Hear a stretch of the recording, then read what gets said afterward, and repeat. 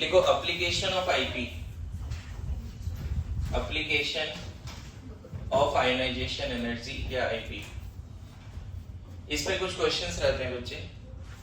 सबसे पहले बोला जाता है मेटालिक कैरेक्टर, बातें नहीं। मेटालिक कैरेक्टर ना, मेटालिक कैरेक्टर का मतलब होता है tendency to lose electron. Metallic character का मतलब क्या होता है? Tendency to lose electron. लिख सकते हैं यहाँ पे टेंडेंसी टू लूज इलेक्ट्रॉन या इलेक्ट्रॉन्स, है ना। एक तरह से बोल सकते हो इलेक्ट्रोपॉजिटिविटी। इलेक्ट्रोपॉजिटिविटी कहने का मतलब है टेंडेंसी टू फॉर्म कैटायन। तो वो मेटल जो जल्दी कैटायन बनाएगा, जल्दी इलेक्ट्रॉन लॉस करेगा, वो अच्छा मेटल है। बताओ जिसकी आईपी ज्यादा होगी वो इलेक्ट्रॉन जल्दी लूज करेगा? नहीं करेगा। तो definitely metallic character inversely proportional to ionization energy. समझ में आया? जैसे आपको याद होगा ग्रुप 1 में lithium, sodium, potassium, rubidium, caesium. तो अगर आपसे आईपी का ऑर्डर पूछेगा क्या बोलोगे? आईपी। ऐसा कोई एक्सेप्शन नहीं है। तो मेटालिक कैरेक्टर पूछेगा क्या बोल दोगे? सबसे अच्छा मेटल कौन है? जिसकी आईपी सबसे कम। पता है सीजियम एक ऐसा मेटल है जिसको फोटो सेल में भी यूज होता है, सोलर सेल में। सनलाइट से उसकी इलेक्ट्रॉन निकल जाती है। मेरे पास इतनी कम आईपी है इसकी। फोटो सेल में सीजियम वगैरह यूज होता है सोलर सेल में because of very minimum IP. तो metallic character down the group क्या होगा? मेटालिक कैरेक्टर का क्या आ गया ट्रेंड? आईपी का ट्रेंड क्या था बच्चे? आईपी इधर बढ़ रहा था एंड इधर आईपी क्या हो रहा था? घट रहा था, याद है? तो मेटालिक कैरेक्टर इधर घटेगा क्योंकि उल्टा है ना, रिवर्स है देखो। और मेटालिक कैरेक्टर यहाँ पे क्या होगा? तो अगर आईपी आपको पता है तो आप बता सकते हो कौन अच्छा मेटल है, कौन अच्छा मेटल नहीं है। क्लियर है? आईपी अगर आपको पता है, lower the IP more is the tendency of that metal to form cation, to lose electron, more is the electropositivity. Lower the IP, more is the tendency of that metal to lose electron and become cation, that is more electropositivity। मेरी बात आ रही समझ में? बोलो पक्की बात। इस तरह से कुछ एप्लीकेशंस हैं जिसको हमें करना पड़ेगा। रिएक्टिविटी भी अगर बात करें ना, रिएक्टिविटी या फिर reducing power is proportional to 1/IP। कोई बोले कौन सा मेटल सबसे ज्यादा रिएक्टिव है? जिसकी आईपी सबसे कम। Lower the IP more is the reactivity. Lower the IP, अच्छा रिड्यूसिंग पावर का मतलब होता है बच्चे tendency to lose electron. Reducing power का मतलब देखो, रिड्यूसिंग पावर पे बहुत और भी बातें हैं जो बाद में कभी करेंगे। फिलहाल के लिए reactivity of metal inversely proportional to what? Which metal is most reactive? जैसे मान ले ऐसा क्वेश्चन पूछ दिया, ए और बी दो मेटल है, इसका IP1 मान ले दिया हुआ है 200, इसका 5000। बोलता है रिएक्टिविटी बताओ मेटल का। रिएक्टिविटी कौन सा मेटल सबसे ज्यादा रिएक्टिव है? तो IP कम होगा तो रिएक्टिविटी बढ़ जाएगी। समझ गए? बोलेगा मेटालिक कैरेक्टर बताओ दोनों का, कौन ज्यादा मेटालिक है? ए ज्यादा है। क्वेश्चन समझे कैसा है? ऐसा क्वेश्चन आएगा, डेटा दे देंगे और पूछेंगे बताओ कौन ज्यादा मेटालिक है, कौन ज्यादा रिएक्टिव है। मेरी बात आ रही है समझ में? क्या क्वेश्चन पूछा जाएगा? कौन ज्यादा मेटालिक है, कौन ज्यादा रिएक्टिव है, ऐसा क्वेश्चन पूछा जाएगा। ध्यान रख सकते हो? ठीक है, लिख के रखो जल्दी।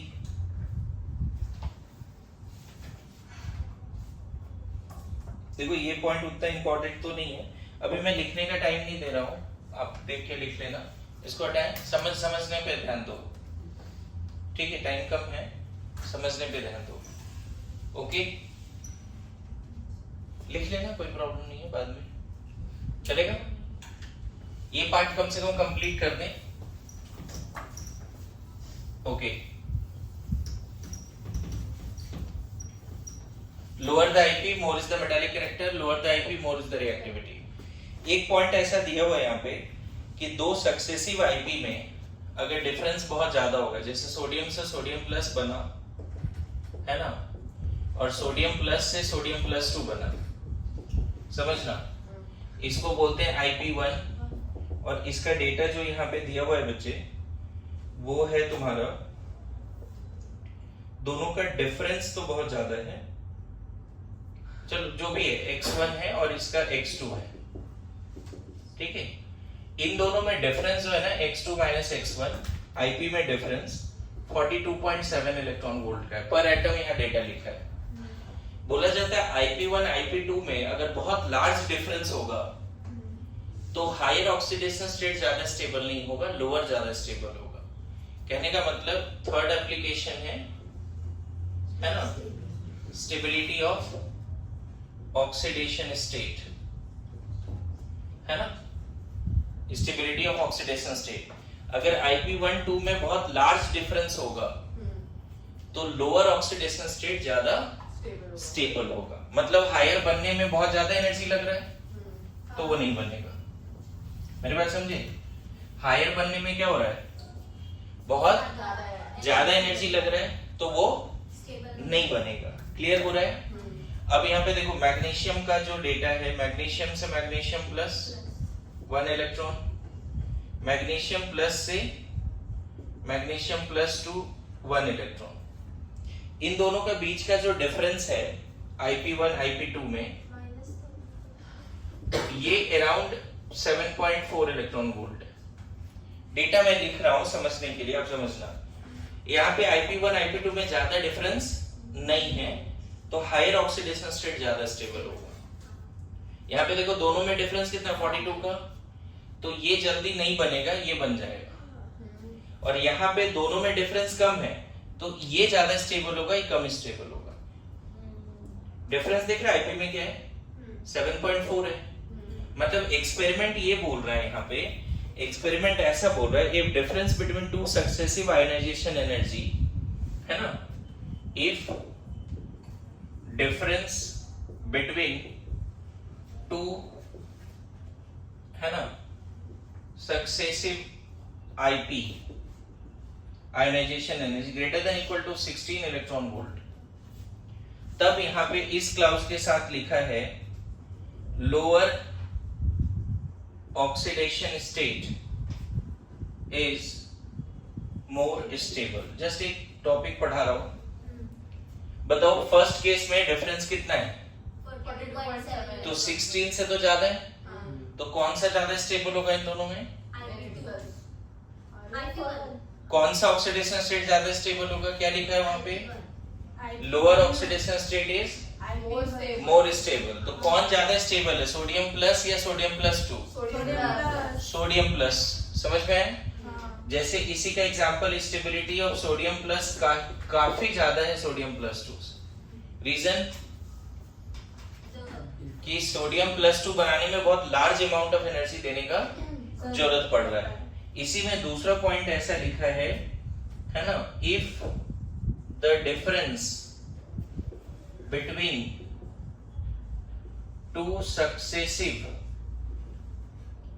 IP is less than 16 electron volt, अगर 16 से कम है, 16 नहीं है, 11 इलेक्ट्रॉन वोल्ट लिखा है, 11 इलेक्ट्रॉन वोल्ट से कम है तो higher oxidation state is more stable,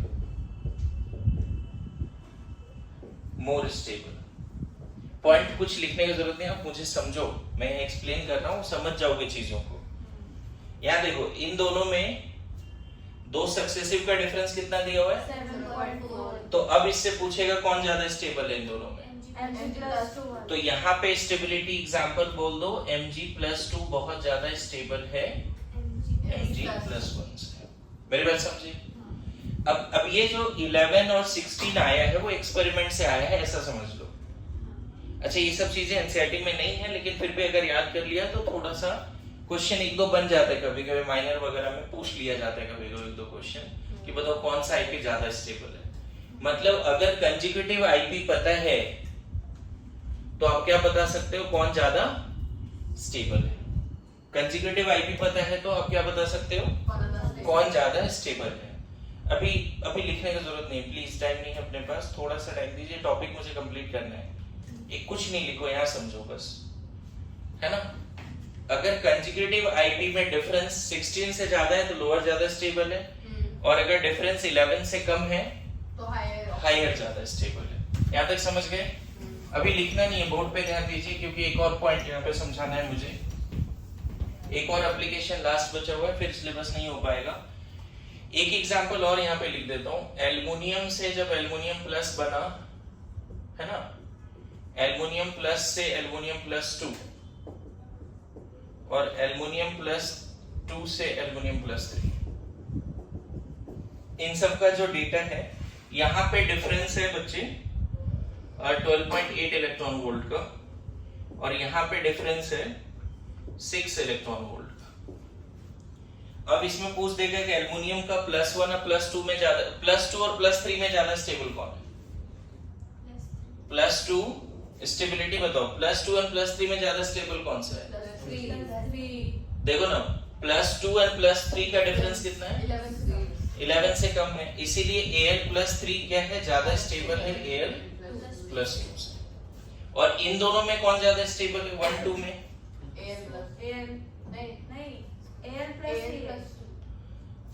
कम है ना उसका। 16 से ज्यादा तो नहीं है, 12 के आसपास है।